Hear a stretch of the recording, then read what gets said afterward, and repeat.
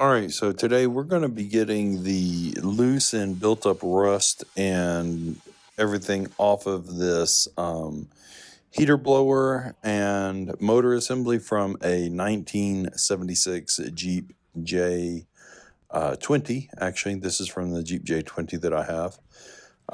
And so, I'm using a plastic, looks like a razor style uh, card what's that called, gasket scraper there. And then I found that this nylon brush on the drill worked really well to get the leftover residues off. You do have to use it kind of sparingly, because if it overheats it will like start to burn the plastic and leave the plastic nylon brush marks on it. But works pretty well. It actually works really well to get that semi, that surface rust, that semi tough stuff that's not like really, really encrusted on there, but it's not going to brush off easily with like a Scotch Brite.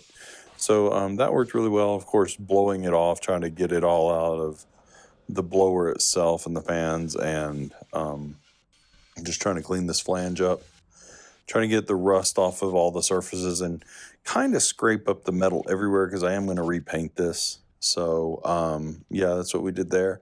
Tape up the wiring. I did make sure that this worked before I did this. I wanted to make sure that it wasn't, I wasn't spending time and money and effort on something that wasn't even worth it. And then that's a gloss, black enamel, Rust-Oleum enamel. And so we got it all taped up, got it all painted. Only took a few minutes to paint it. That was the easy part. And here it is finished.